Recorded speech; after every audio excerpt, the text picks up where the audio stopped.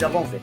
Então, dados essas diferenças, né, nós estamos caminhando agora para algo que, um pouco antes da live começar, eu lembrei e... Acho que tá aqui, ó. Até marquei aqui, ó. O Nikola Tesla, né? Isso aqui é a biografia, a autobiografia do Nikola Tesla.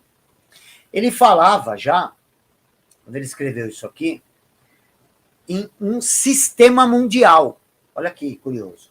Aí ele fala aqui, todas as questões técnicas, até meio chato isso aqui, porque tem um transformador, um transmissor amplificador, um sistema sem fio, uma técnica de individualização e as ondas estacionárias terrestres. Só que a questão técnica de como funcionaria esse sistema mundial, né, na parte de o que transitaria aí.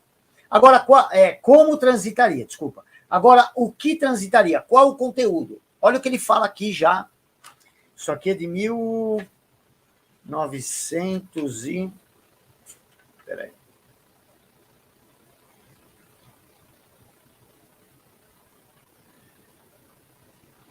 Os caras não colocaram a data original aqui.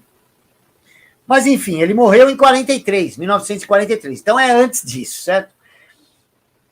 E ele põe aqui, ó, que o que seria o conteúdo desse sistema mundial, que foi o nome que ele deu, Sistema Mundial de Tesla. Opa, 510 pessoas, muito obrigado e Deus abençoe vocês. Olha o que ele põe aqui, ó.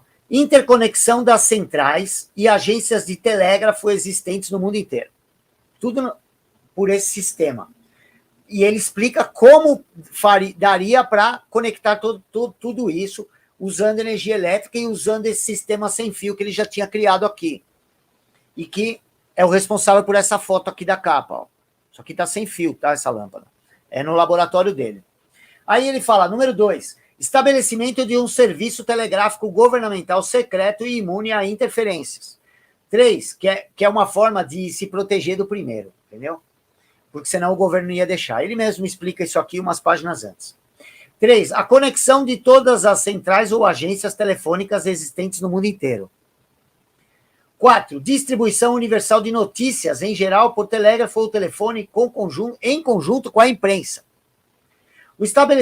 5, estabelecimento de um sistema mundial de transmissão de notícias exclusivamente para uso privado. 6, conexão e operação de todos os telégrafos de câmbio do mundo inteiro. Ou seja, isso aqui pelo que se podia na época, já é a conexão do sistema financeiro. Tá? Estabelecimento de um sistema mundial de distribuição de músicas e etc. Né? Aqui é todo tipo de arte. 8, registro universal do tempo por relógios que indicam a hora com precisão astronômica, ou seja, criaram uma espécie de calendário e relógio universal, com todos os equilíbrios, coisa que não existia nessa época que ele escreveu. Hoje já existe toda essa padronização internacional. 9, transmissão mundial de caracteres, cartas, cheques, manuscritos ou datilografados. 10, estabelecimento de um serviço marítimo universal. Aqui, ó. Que permita às embarcações orientar sem bússola. O cara inventou o Waze aqui, entendeu? Para o mar. Aqui, ó. Determinar a exata localização, hora e língua, prevenir colisões, desastres, ok. 11, inauguração do Sistema Mundial de Impressão em Terra e no Mar. E o 12, o último, reprodução mundial de imagens fotográficas e de todo tipo de desenhos e gravações. Se você olhar bem aqui, ele imaginou a internet, certo? E ele morreu em 1943. Então, eu não sei quando foi isso, porque ele fala, ó, a parte de lâmpada, ele fala aqui de 1886, então isso aqui é meio cronológico, deve ser aí no começo da virada do século, tá? Isso aqui foi, não, acho que no máximo as primeiras décadas do século XX. Então, vocês vejam como isso parece um desdobramento das ideias do Tesla. E a gente sabe que muitas das coisas que ele Aqui é só as anotações para o público leigo. Então, imagino que ele devia ter de documento explicando tudo isso. E logo que ele morreu, o laboratório dele foi invadido, levaram um monte de coisa e só voltou para um museu que ele tem, que existe lá no leste europeu, e que depois devolveram esses documentos lá. 525 pessoas. Então, quando a gente vê que... vocês conseguiram imaginar que o Tesla estava falando de uso de eletricidade para conectar todas essas coisas, né? Usando sistema sem fio, que ele explica perfeitamente como funciona aqui. Eu não vou entender, mas por um cara que entende eletricidade vai entender qual era o método que ele estava pensando. Muito provavelmente, hoje já se utilizam coisas mais sofisticadas que isso, mas concorda? Ele teve a visão de como fazer aquilo, conectar coisas que nunca ninguém tinha pensado nisso. E aí, eu vejo como a gente está caminhando para esse sistema mundial, que poderia também receber o título que eu dei lá o ano passado, que é o cérebro global, porque ele vai unir todas as nossas... todas as coisas relacionadas à nossa vida. A área econômica, a área educacional, a área do trabalho, né? A área dos alimentos, a área médica, a área governamental, né? Quando a gente percebe o que... Sim, não precisa nem pensar no futuro, né? E é isso que nós vamos fazer agora. Eu enumerei aqui algumas coisas que a gente não precisa pensar no futuro. É tudo que já existe, né? A gente não precisa ir lá na frente. Se a gente analisar só o que existe e deduzir um pouco que o seu uso pode ser ligeiramente diferente daquilo que é o enunciado, do que é o declarado, então a gente vai chegar à conclusão que, assim, não é se isso acontecer, mas quando vai acontecer, né? Então, olha isso aqui que eu tomei nota aqui, ó, por exemplo.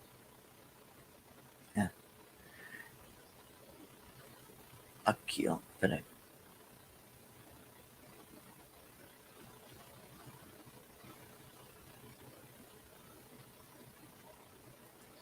Ó. Falando só das questões gerais, assim.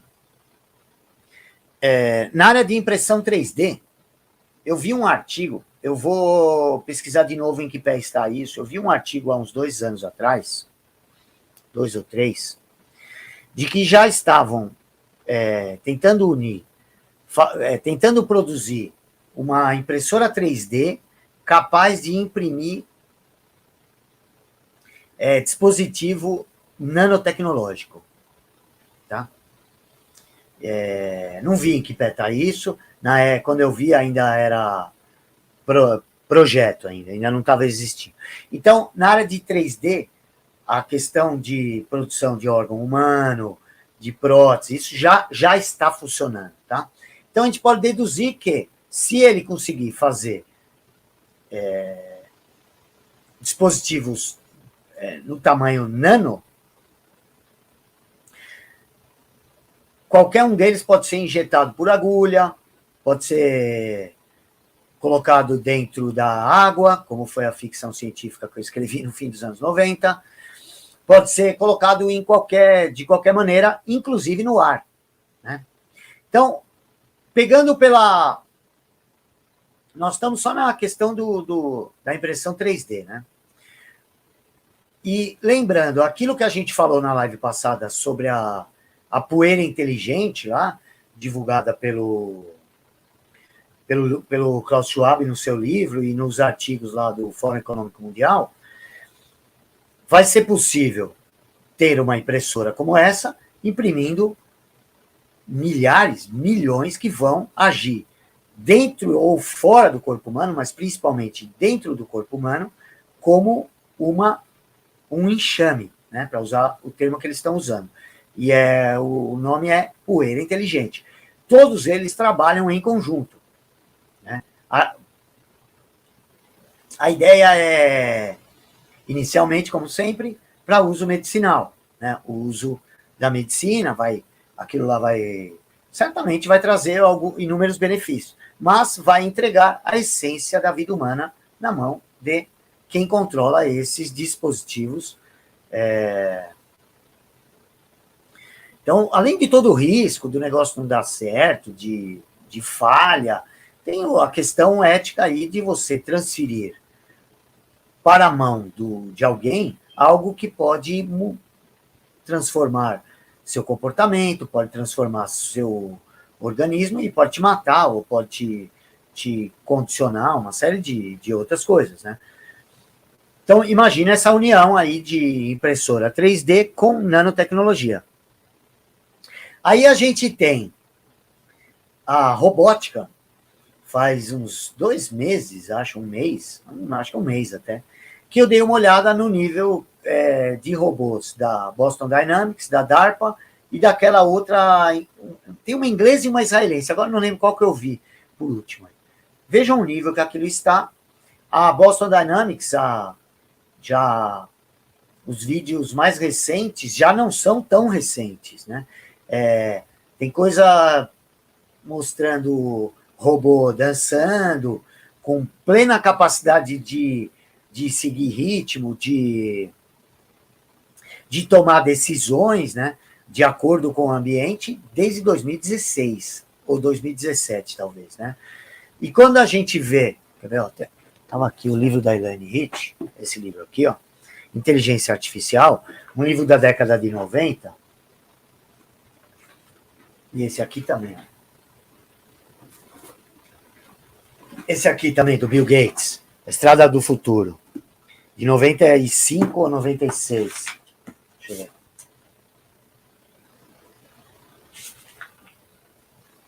(95) esse do Bill Gates, A Estrada do Futuro. E esse sobre inteligência artificial